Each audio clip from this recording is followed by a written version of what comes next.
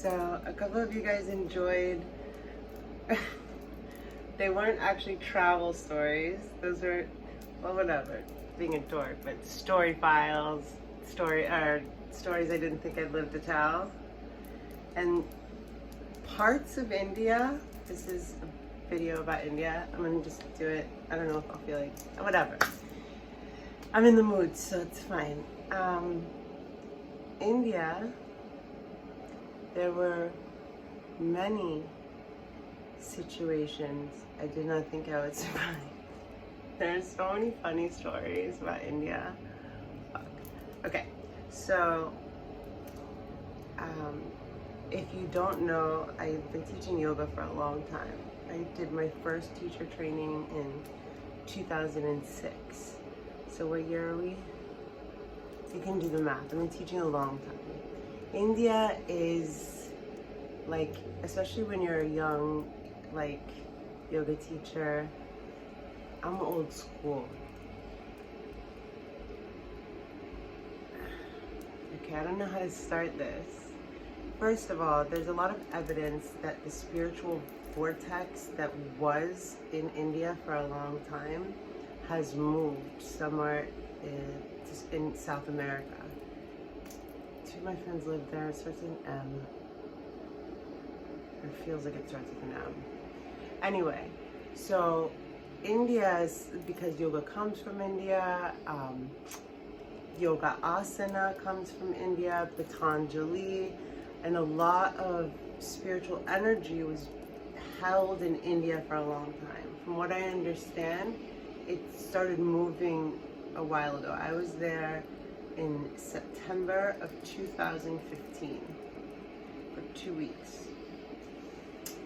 Oh my God, okay, so since 2006, sort of like, I actually turned down a trip in 2010 when I had my first yoga school in Miami called Just Be Yoga. I turned down a trip to go to India. My dog is stretching. A trip to go to India. And at the time, I felt sort of I was sacrificing. I kind of wanted to go. But at the same time, I needed to stay and take care of my studio. So it wasn't like, but there were times before I went, between 2010 and 2015, when I actually went to India, that I looked back thinking I was supposed to have gone and missed out. Like, and that's funny because the opportunity came up to go to India again with my husband. Well, he was my fiance at the time, and we went on a meditation trip. So between 2006, when I got my first teacher training, and of course you learned a lot about, Krishnamurti, well, not in a 200 training, but you learn about Krishnamacharya, you learn about Patanjali, you get introduced to the Bhagavad Gita, spiritual texts, the Vedas, deities and stuff. So you get exposed to Sanskrit, which is the oldest language that originated in India. But like, I was just thinking out loud, but I'm just like, they say all the maps are lies and whatever. Anyway, let's stick to the point. India, 2015. Picture it. New Delhi, 2016. So first of all, here's this. In 2015, excuse me, because we had our first wedding there, actually, September 25th. My husband and I, September 25th, 2015. So I'll never forget that, obviously. But that's also a funny story. Okay, so we planned the trip, a meditation trip, for 2 weeks, and we were going with a teacher that was a friend of mine at the time. He's no longer somebody that I speak to, and I'm just gonna say that. He's of Indian descent, and he sort of I'll just say this. The guru is within you. I call bullshit on all the gurus.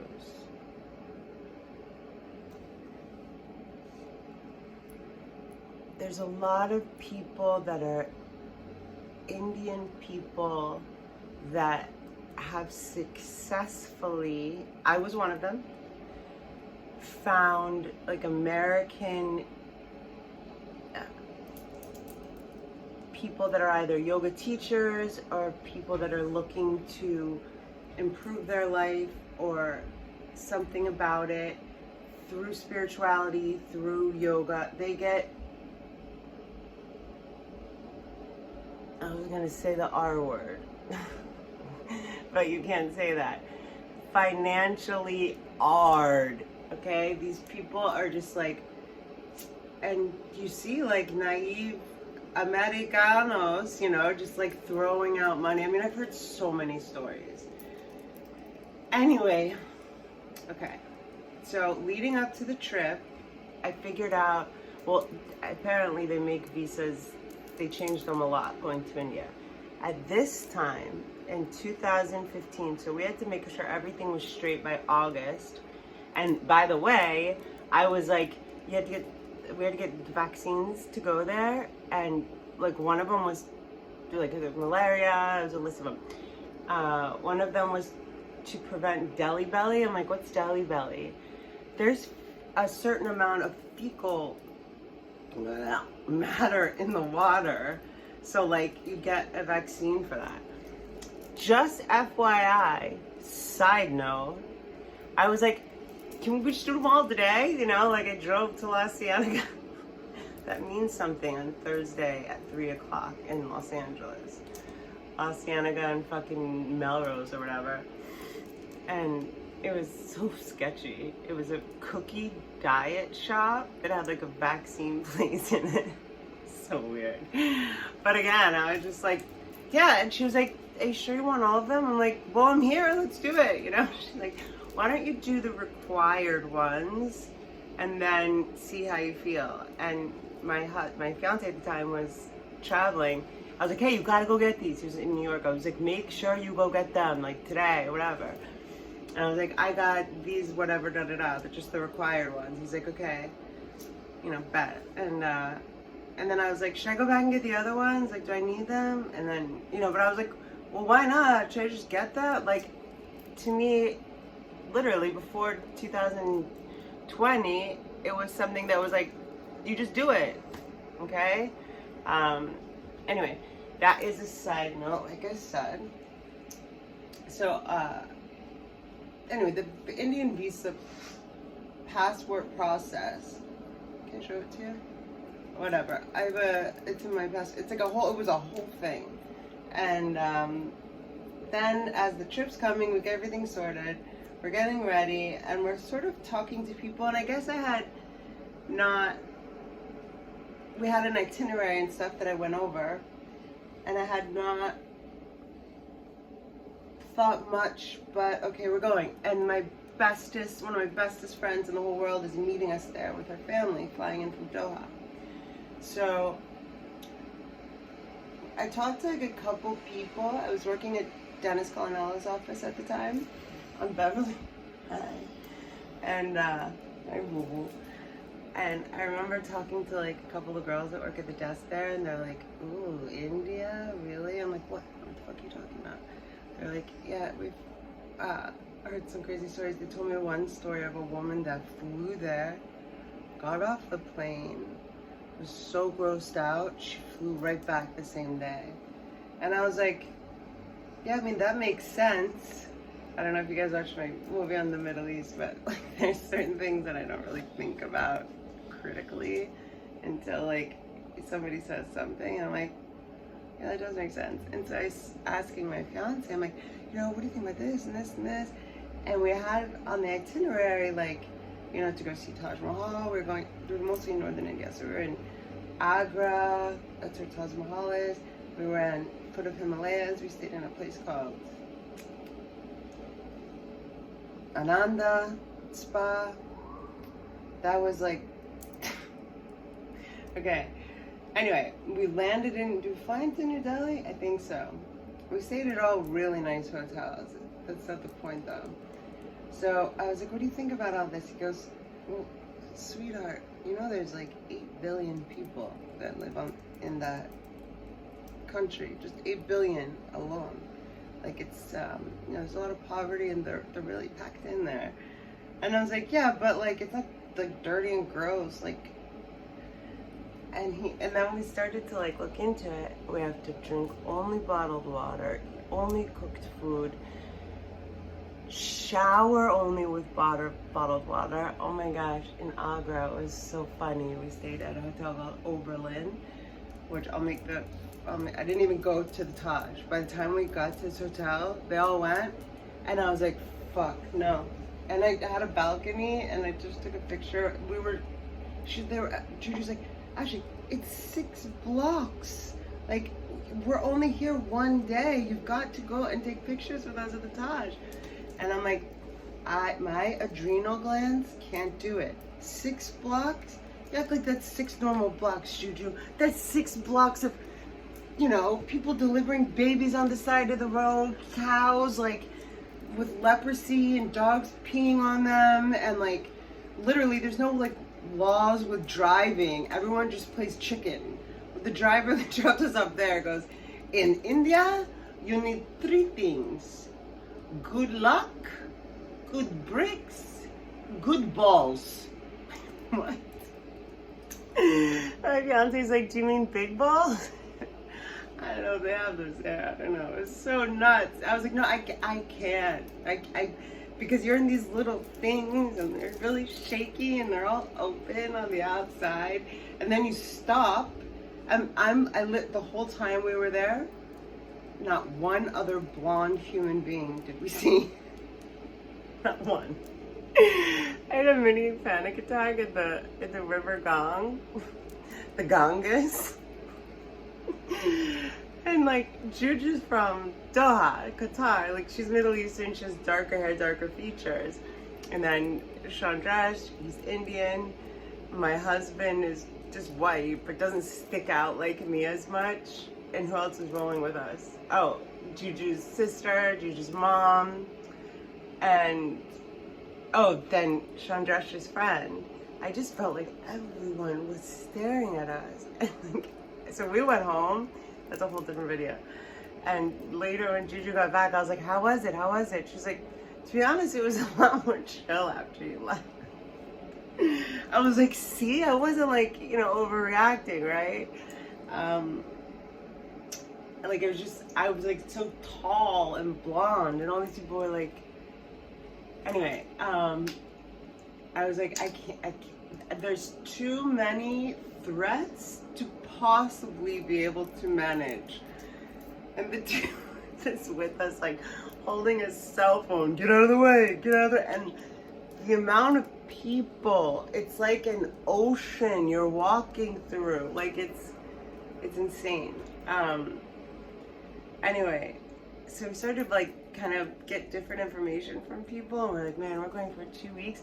And then we realized that like some of these trips, like from, I'm just gonna tell you, like Rishikesh to Agra was, he had us in an 8, so we spent like, whatever, that's, I'm not gonna get into it, but on like 8 hour of the little buggy rides, like through, I mean, you can be stopped because of a cow and another situation going on for hours. There's not like alternate roads, and at nighttime there's not street lights. It's my, like, I was like this, like either scared of like something possibly happening because it's just so many people with nothing to lose, or like this, like feeling so heartbroken for like the poverty that literally makes Skid Row look like the Ritz-Carlton, you know?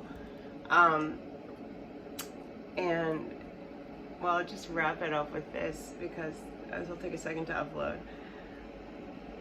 I wouldn't have made it to Amsterdam if we didn't find out all this inauspicious stuff about India. Because we flew from LA. I've actually never told anyone this. Well, Juju knew. we flew from LA. I didn't want to hurt my friend teacher's feelings at the time. I could care less. I didn't mean to say it like that. But he did some messed up stuff that he knows what he did. Anyway, so we landed in, we were switching planes in Amsterdam. And that's a capital? Anyway, so we had a layover, and then they said the plane had technical problems and that we should go get something to eat and be back in 45 minutes. And we're like we're in Amsterdam, so they have smoking there, and I smoked cigarettes then, or I was smoking on that trip, because we went to like a bar and like in the airport, and it's all crowded.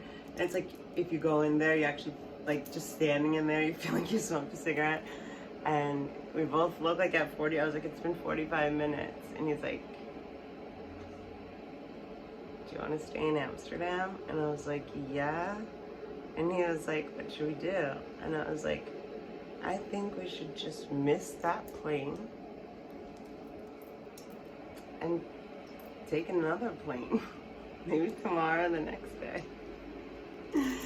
And we just like let the time pass, and then we like walked up, and you know, I don't feel bad about this. We were always like a good team, unlike a couple people unfortunately. Anyway, so we walked, like, oh my gosh, the plane left, like, you know, because we didn't want to pay for new tickets. And so if we had, I mean, they had a issue, theoretically we could have been, airlines are people all the time financially.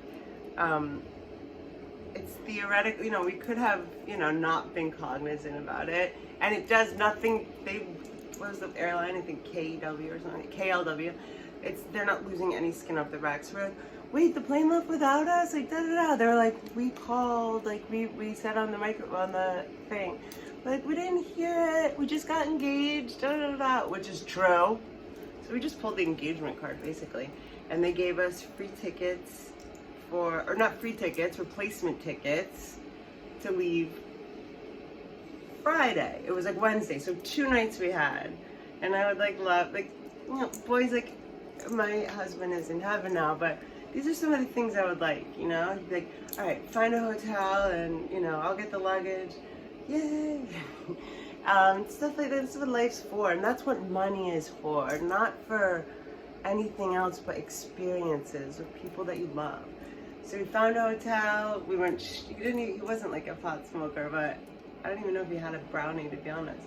But he came with me straight to the coffee shop, the big green coffee shop in Amsterdam, and I got a brownie and like 3 different kinds of weed, and we got like a sweet at the,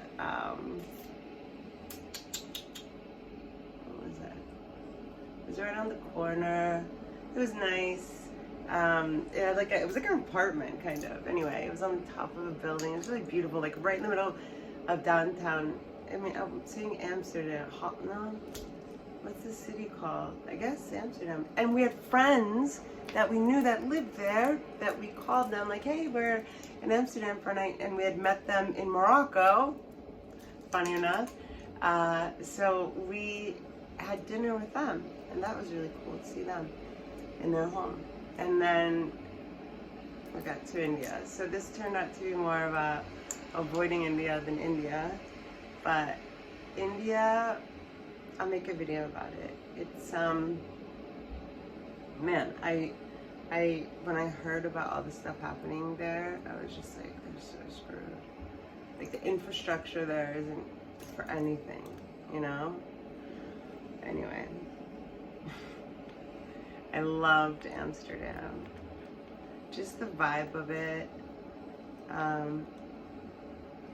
Also just, you know, the time of it, you know? 2015. My dad hadn't had a stroke yet. Life was good. I love you guys.